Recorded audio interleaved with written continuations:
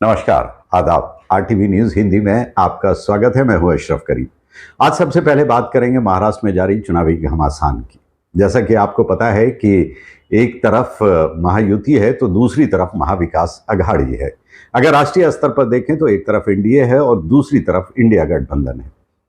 NDA यानी महायुति की तरफ भारतीय जनता पार्टी और उनके साथ एकनाथ शिंदे और अजित पवार हैं। वहीं दूसरी तरफ इंडिया गठबंधन जो महाविकास अघाड़ी है उसमें कांग्रेस और उनके साथ उद्धव ठाकरे और शरद पवार हैं।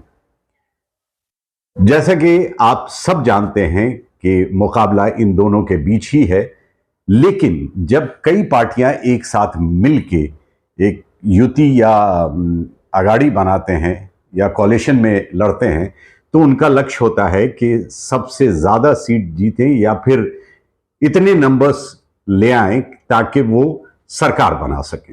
इस वक्त यही प्रेशर भारतीय जनता पार्टी, एकनाथ शिंदे और अजित पवार पर है, क्योंकि वो सरकार में हैं, उनकी सरकार है और कोशिश है उस सरकार को बचाना।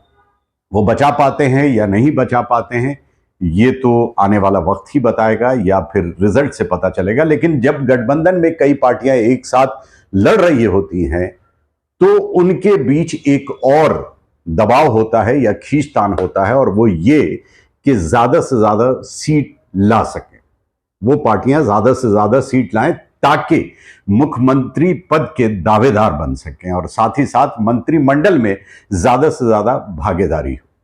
ऐसे में जिस तरह का खींचतान विद इन द कोalition होता है वो जारी है महाराष्ट्र में और ज्यादातर महायुति में इसलिए क्योंकि वो सत्ता में हैं और सत्ता को बचाए रखना चाहते हैं। जो मुख्यमंत्री बने हैं वो मुख्यमंत्री पद को बनाए रखना चाहते हैं, अपने पास रखना चाहते हैं, इसलिए रस्साकशी ज्यादा है। कई उम्मीदवार जो आजाद उम्मीदवार के रूप में मैदान में उतरे हैं वो महायुति को नुकसान पहुंचा सकते हैं, लेकिन अगर वो जीत गए तो अपनी पार्टी को फायदा पहुंचाएंगे। साथ ही साथ जैसा कि हमने आपसे कहा था कि महाराष्ट्र की राजनीति में दखल एक पार्टी का है जो शिवसेना यानी स्वर्गीय बाला साहब ठाकरे जिसके संस्थापक हैं उस शिवसेना का है। लेकिन कभी भी स्वर्गीय बाला साहब ठाकरे ने न तो चुनाव लड़ा न ही कभी कोई सरकारी पद लिया। ये सिलसिला जारी था, लेकिन ये सिलसिला टूट गया 2019 में जब पहली बार उद्धव ठाकरे के बेटे आदित्य ठाकरे ने न सिर्फ चुनाव लड़के जीता बल्कि कैबिनेट मिनिस्टर बने। जो मैं आपको समझाने की कोशिश कर रहा था, चलिए 2019 में चलते हैं। 2019 में भारतीय जनता पार्टी और शिवसेना ने एक साथ चुनाव लड़ा था, लेकिन ये दोनों अलग हो गए मुख्यमंत्री पद के दावेदारी की वजह से। मुख्यमंत्री किस पार्टी का होगा?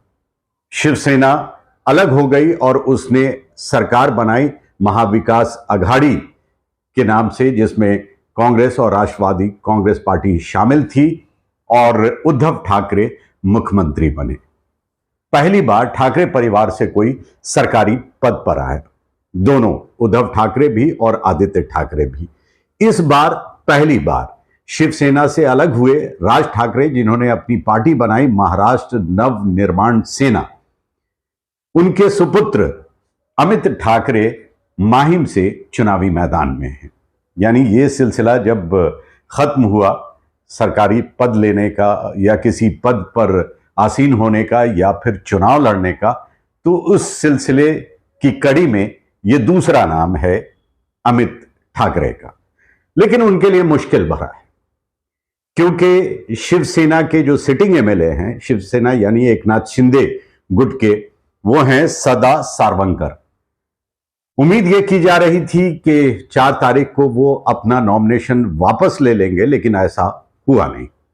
हालांकि राज ठाकरे ने महायुति को अनकंडीशनल सपोर्ट देने की बात कह दी और उसके बाद भारतीय जनता पार्टी पूरी तरह से समर्थन में उतर आई अमित ठाकरे के यानी राज ठाकरे के साथ। और कोशिश ये थी कि सदा सारवंकर अपना नॉमिनेशन वापस ले लें।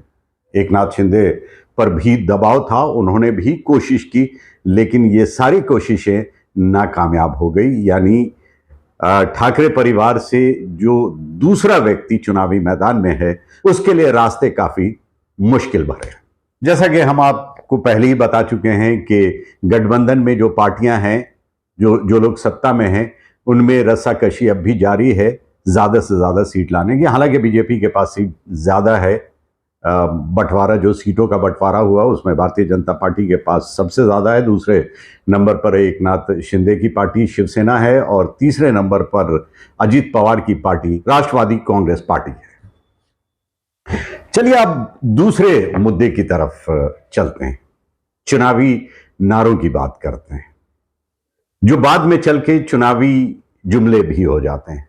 इसकी शुरुआत 2014 से हुई, जिस पर खूब पैसे लगाए गए, अच्छा खासा पैसा खर्च किया जाता है और एडवर्टाइज किया जाता है अखबार के ज़रिए, इलेक्ट्रॉनिक्स मीडिया और सोशल मीडिया के ज़रिए, ताकि जन जन तक, आम लोगों तक पहुंच जाए। लेकिन उसकी ज़मीनी हकीकत क्या होती है ये हमें भी पता है और आपको भी पता है। वो बाद में चुनावी जुमला साबित होता है, या फिर वो जो वादे होते हैं, नारे और वादे, वो चुनावी जुमले भी साबित होते हैं। कुछ ऐसे नारे हैं जो मैं आपको याद दिलाना चाहता हूं। 2014 में एक नारा बुलंद हुआ था, सबका साथ सबका विकास। वो उसकी ज़मीनी हकीकत क्या है आप बखूबी जानते हैं। अगर वादों की बात की जाए तो एक वादा जो काफ़ी मशहूर हुआ था और जिसका काफ़ी फ़ायदा भारतीय जनता पार्टी को भी हुआ, और पहली बार प्रधानमंत्री के चेहरे के रूप में नरेंद्र मोदी सामने आए थे, उनको भी हुआ और वो प्रधानमंत्री बने भी।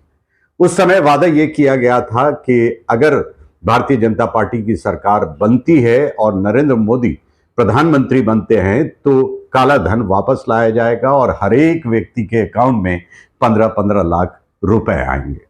बाद में वर्तमान के गृह मंत्री और उस समय पार्टी के राष्ट्रीय अध्यक्ष अमित शाह, उन्होंने ये बात एक इंटरव्यू के दौरान साफ कर दी कि ये चुनावी जुमला था, जिसे आप भी जानते हैं और देश की जनता भी जानती है।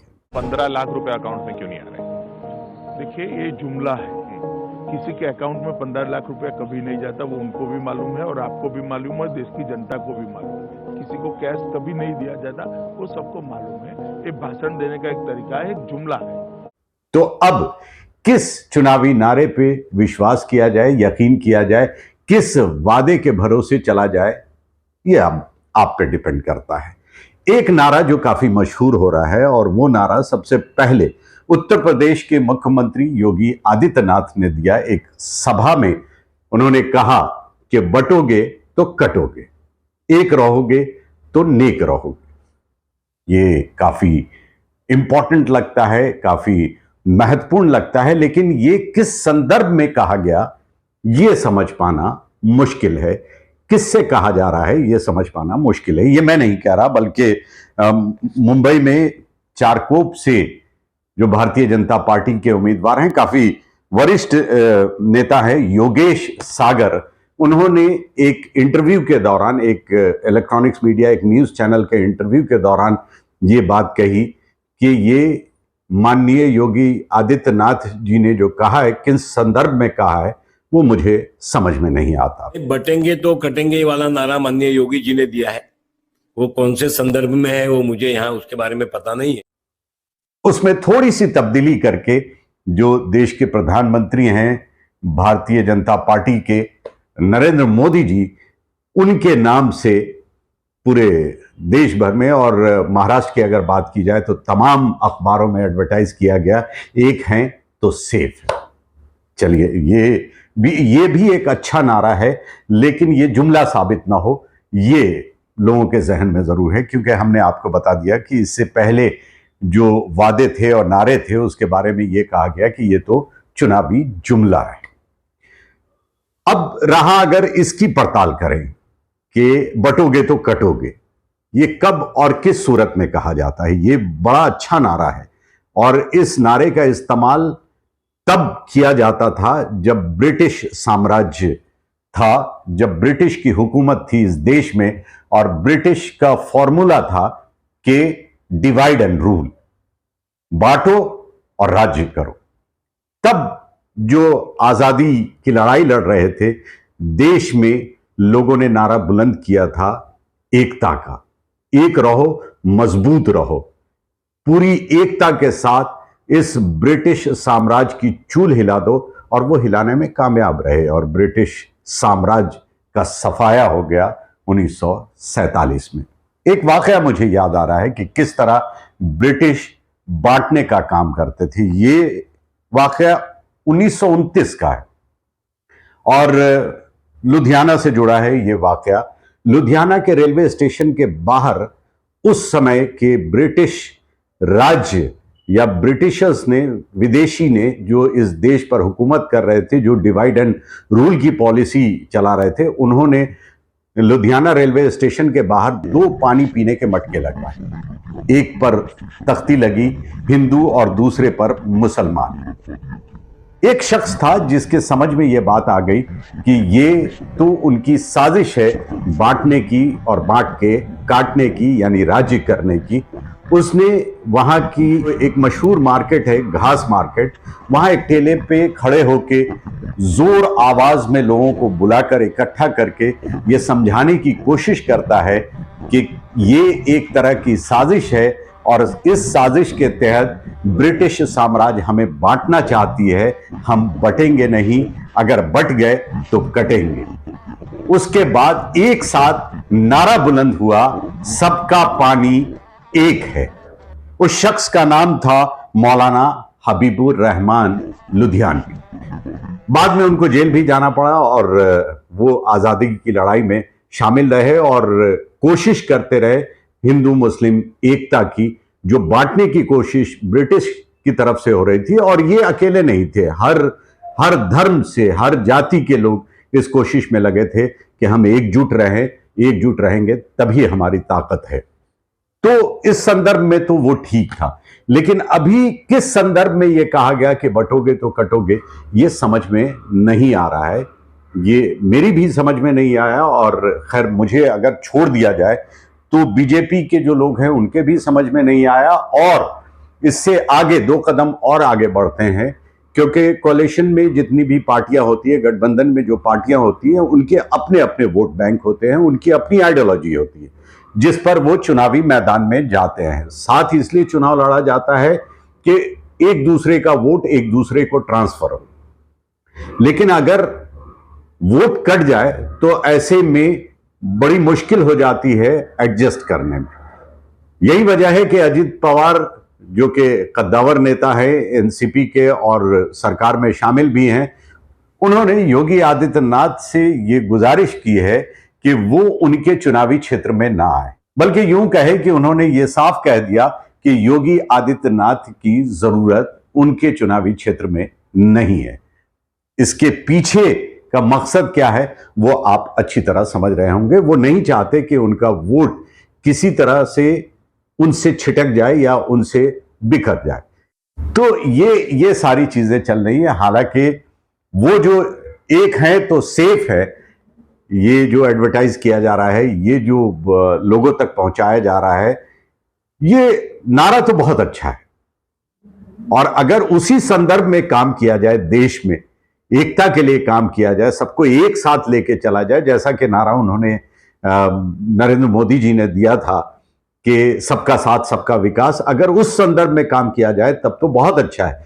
लेकिन अगर ये सिर्फ चुनावी जुमला है तो फिर कोई हासिल नहीं, इस पे खूब पैसे खर्च किए जा रहे हैं, तो वो एक तरह की बर्बादी आप इसे मान सकते हैं।